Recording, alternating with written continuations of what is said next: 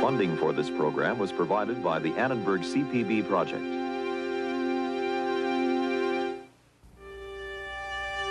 In the 1st century BC, the Roman Republic was plunged into civil war.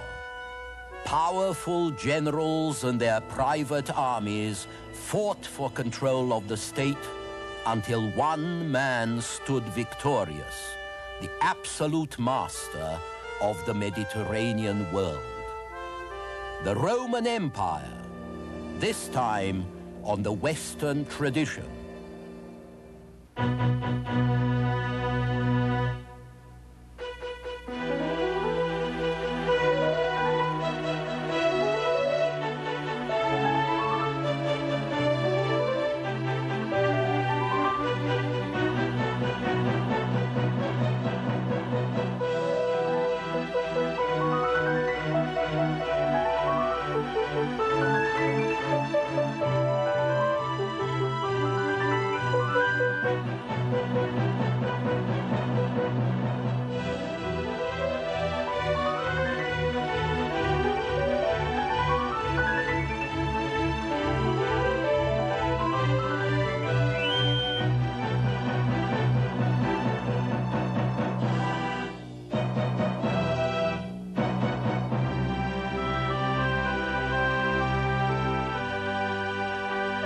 And now UCLA professor Eugen Weber's continuing journey through the history of Western civilization.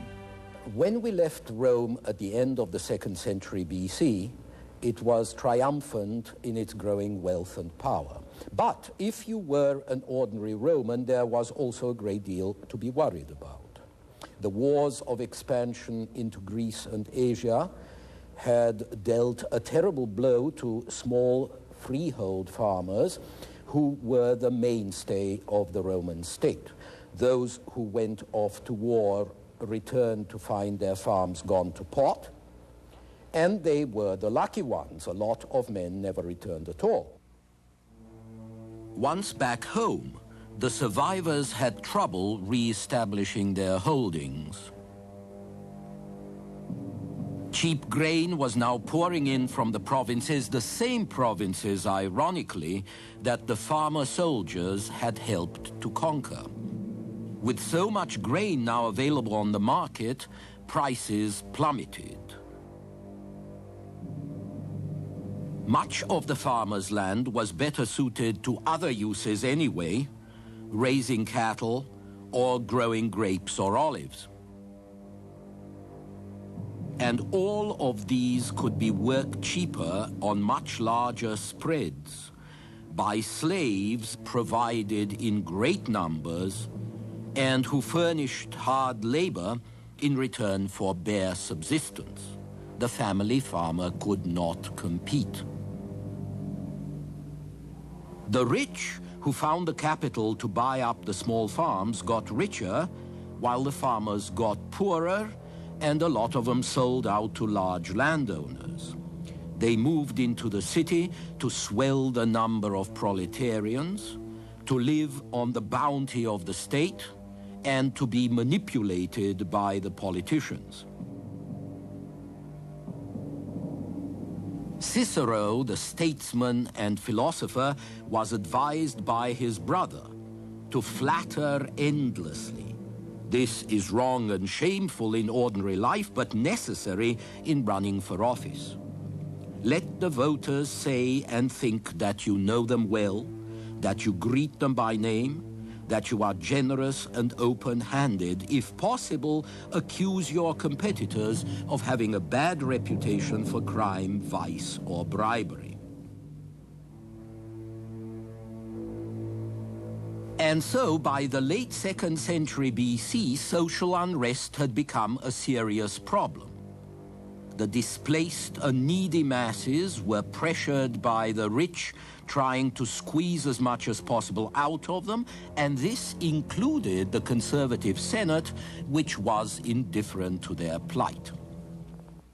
The poor of Rome had few political options. Constitutionally, authority lay in the Senate and the people, but practically the state was run by the Senate alone. And this august body, with its massive authority and responsibilities, was really a municipal council that had been propelled into governing half the known world. It was simply not equipped for the job. Most senators just wanted the world to stand still, but it wouldn't stand still, it never does. While the senators could handle foreign problems by simply throwing soldiers at them, social and economic problems were beyond them. In 133 BC, Tiberius Gracchus, the noble grandson of the man who defeated Hannibal, took up the cause of the poor. He tried to limit the size of large estates and to provide land for the landless. But he was murdered by a group of conservative senators and their followers, beaten to death with chairs. His brother, Caius Gracchus, tried to carry on his work, but he too was murdered. It appeared that the Senate, with its determination to keep the status quo, had triumphed. But in fact, the political landscape had been changed by the Gracchi brothers and their followers. For the first time in Roman history, a popular party had grown up to challenge the authority of the Senate. But this was not a blow for democracy, as some might expect. On the contrary, the situation was made to order for men like Julius Caesar, who knew how to use and manipulate class hatred and social unrest for their own careers. Caesar was one of several outstanding generals who were also politicians, men who married politics to the army in the 1st century before Christ. Marius, Sulla, Pompey, and Caesar, they would all become dictators in turn, either in the name of the people or of the Senate and so-called tradition. It didn't seem to matter which. The 1st century BC was a bloody time of plots and rivalries among men who were too powerful to be stopped themselves, yet not quite powerful enough to stop others from following in their footsteps. With their armies behind them, they would march into Rome in times of crisis and force the Senate to vote them extraordinary powers, ostensibly to bring order and stability to the state. Then they would eliminate their enemies as best they could, opening an era of political murder that was going to last for several centuries and that would fill the history books with the most fascinating gore. The generals also became very rich men. Here is Plutarch's description of Lucius Licinius Lucullus, a very successful commander who retired to private life in 63 before Christ. Lucullus's life presents us at the beginning with political acts and military commands, and at the end with drinking bouts and banquets and what were practically orgies, torch races, all manner of frivolity. For I count as frivolity his sumptuous buildings, porticos and baths, still more his paintings and statues. You see, he doesn't like the absence of gravitas. Once, when he dined alone, he became angry because only one modest course had been prepared and called the slave in charge. When the slave said that he didn't think there would be need of anything expensive since there were no guests, Lucullus said, "What? Do you not know that today Lucullus dines with Lucullus?" Well, Lucullus and his kind were men of great appetite, not only for luxury, not only for food, but also for power. And that power rested in their legions. Such might was made possible by the general Marius, who in 107 BC introduced an innovation that completely reshaped the army and ultimately upset the balance of power in the Republic. He did this by throwing out the financial requirements for enlistment and accepting volunteers from the whole citizen body. The poor proletarians rushed in to be equipped and paid by the state, while the other classes, who were growing less enthusiastic about military service because they had better things to do at home, stayed out altogether. Army pay was not very good even for a proletarian. But a successful commander could be expected to provide his men with a share of the spoils or a parcel of land on discharge. And these rewards, which could substantially improve a man's life, were under the control of the general. It followed from this that the Roman legions were no longer loyal to the state, but to their commanders. Consider the Roman general Pompey, who lived from 106 to 48 BC. At the age of 28, Pompey was commissioned to raise an army to protect the Senate from other overly ambitious generals. He put down one major rebellion, but in the process his army became a private army, even to the point that his soldiers directed their oath of loyalty not to Rome but to him personally. A general with such an army behind him could then dominate or intimidate the Senate into giving him other commands and honors. And from there, it was only a short step to using his power to brush aside the senators and legalize his hold on the state as well. This is what happened with Pompey and a number of others, until it became clear to every thinking Roman that the days of the Republic were numbered. It had become a government not of law, but of men, ambitious, powerful, ruthless men. The generals and their legions had proved so successful that Rome controlled an extraordinary amount of territory by the middle of the 1st century BC. But this expansion also brought with it new threats. In the east, there was the growing power of the Parthian Empire, which had taken the place of the Persians. In the north, there was the thundercloud of hostile Germanic peoples. In the south, there were Arab raids in Asia and Numidians in Africa, and even inside the Roman state, a lot of provinces were muttering volcanoes. The provincial governors appointed by Rome were changed each year, and their performance depended completely on their individual character. There was no permanent civil service to provide stability. Here we see provincial peasants paying their taxes. The revenues from the provinces were the chief source of income for Rome, and tax collection was invariably farmed out to joint stock companies of Roman capitalists who paid the state only a fraction of what they extorted from the native people. Something had to change, but what? The necessary reforms could not come from the Senate because it was too conservative and it was losing its grip anyway. And reforms were not likely to come from the radicals either, since they were mostly demagogues interested in power. So a lot of Romans began to think that the Republic would have to be replaced, probably by a single ruler.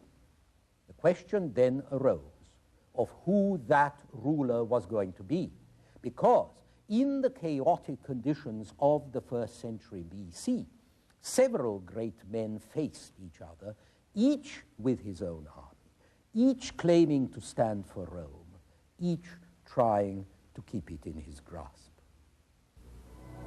In the end, this struggle left Julius Caesar victorious. He took power in 46 BC, and at once the Senate rushed to load him with honors.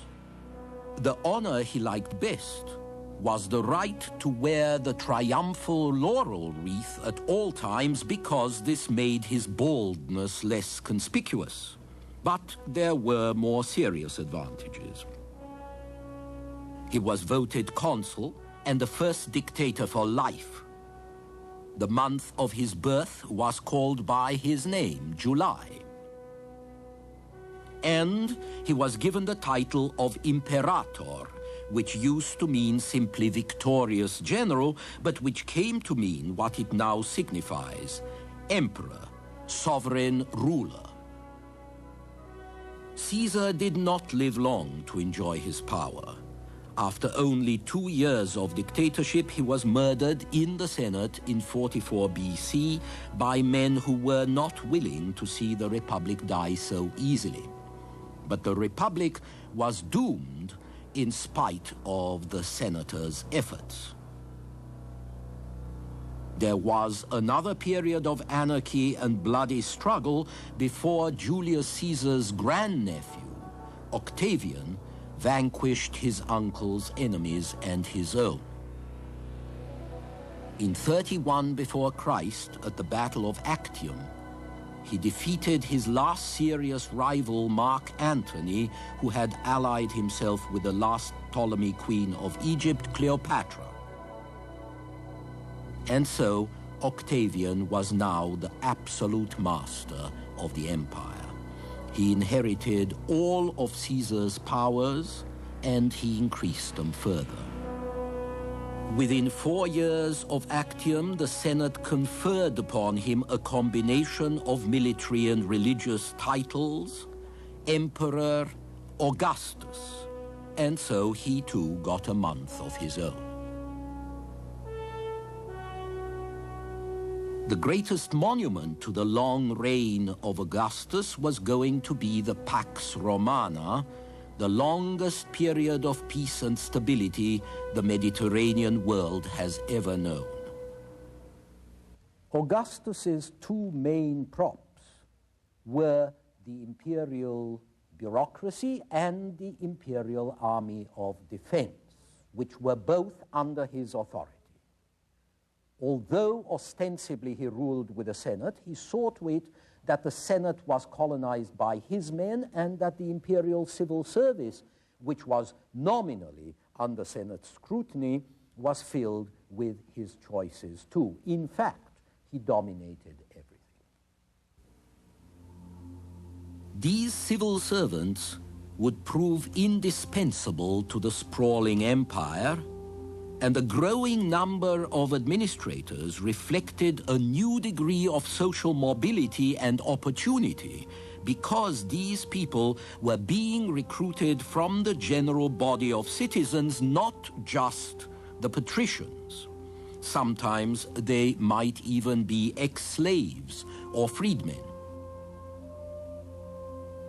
At the same time, Augustus tried to reawaken Rome's citizens to their civic duties in order to keep them loyal to the state. He tried very hard to revive the old Roman virtues, using Roman history and legends very much as American history was once used to discourage small children from telling lies or to encourage adults to patriotism and enterprise. All this, however, depended on the army, or rather on the fundamental stability and security that only the army could provide. Under Augustus, and for some time thereafter, every army commander depended directly on the emperor, not on the Senate or the people. He was no longer an entrepreneur recruiting soldiers and gambling on his own abilities. He was an employee of the state who could be transferred from one army to another, just as generals are today. Except for the household troops of the emperor, the Praetorian Guard, shown here, the great bulk of the army was based along the frontiers, strung out in small garrisons and fortified camps along thousands of miles of imperial boundaries. Meanwhile, the old aggressiveness was disappearing, partly because everyone was heartily sick of fighting, and partly because, in the long run, war has to pay. And there were few enemies with wealth worth conquering around the border, and those who did border Rome were very tough indeed. From now on, the biggest threat would be the poor and hungry barbarians trying to get inside rich Roman territory. And so the army became a defensive force, increasingly expert in building border fortifications like this one on the Danube. It was not very interested in expansion anymore because expansion would only cost money and strain the administration without bringing any tangible benefits.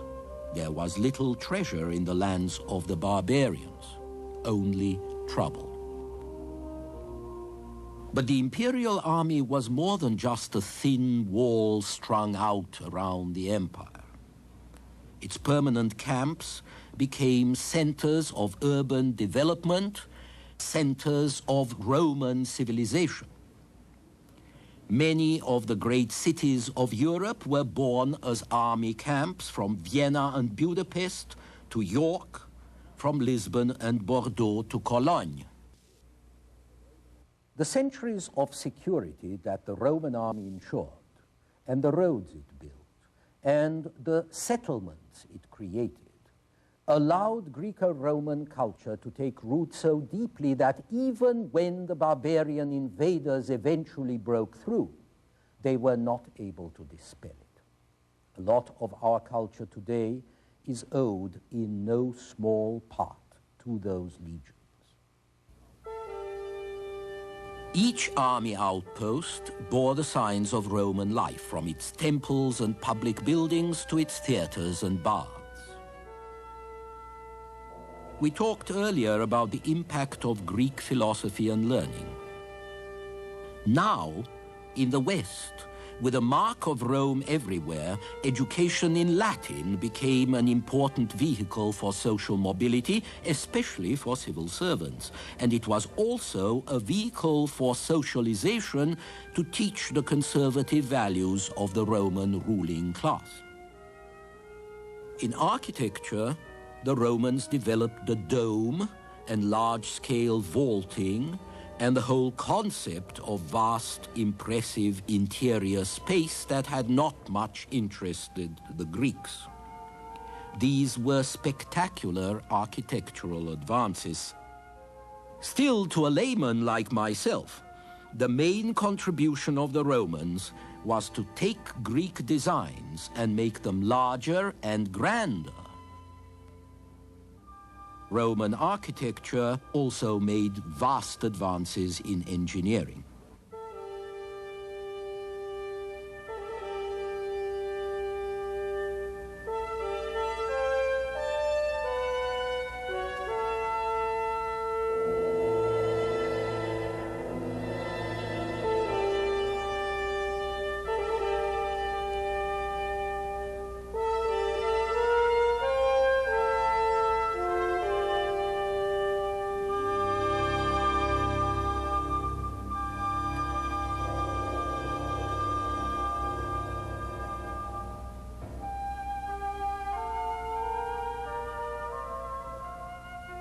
Roman sculpture reflects Roman practicality.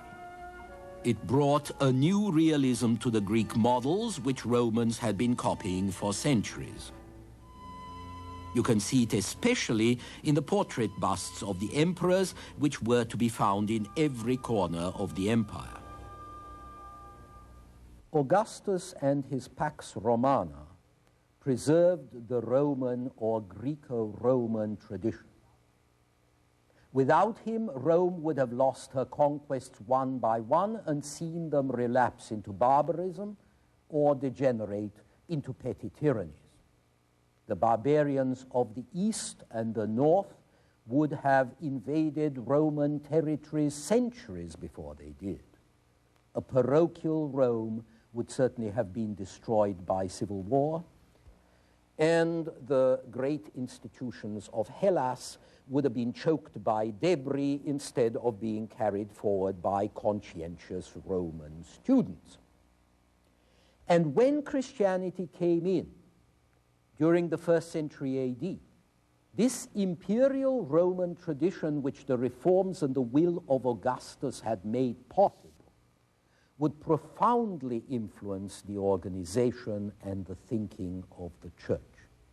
The imperial tradition would Romanize Christianity, would help make it the great organized, centralized, bureaucratized institution it eventually became, quite literally the Church of Rome, as we shall see next time.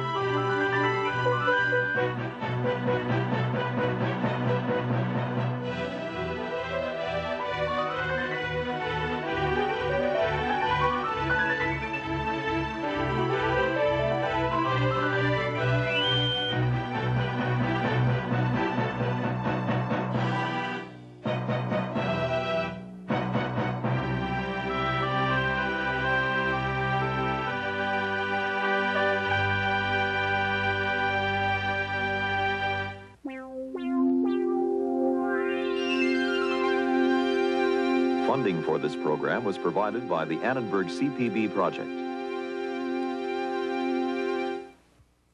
For information about the Western Tradition television course, transcripts, pre-recorded video cassettes, off-air taping, or related books based on the television series, viewers should call the Annenberg CPB Project's 1-800-LEARNER telephone number or write to the Annenberg CPB Project, 1111 16th Street Northwest, Washington, D.C. 20036. This is PBS.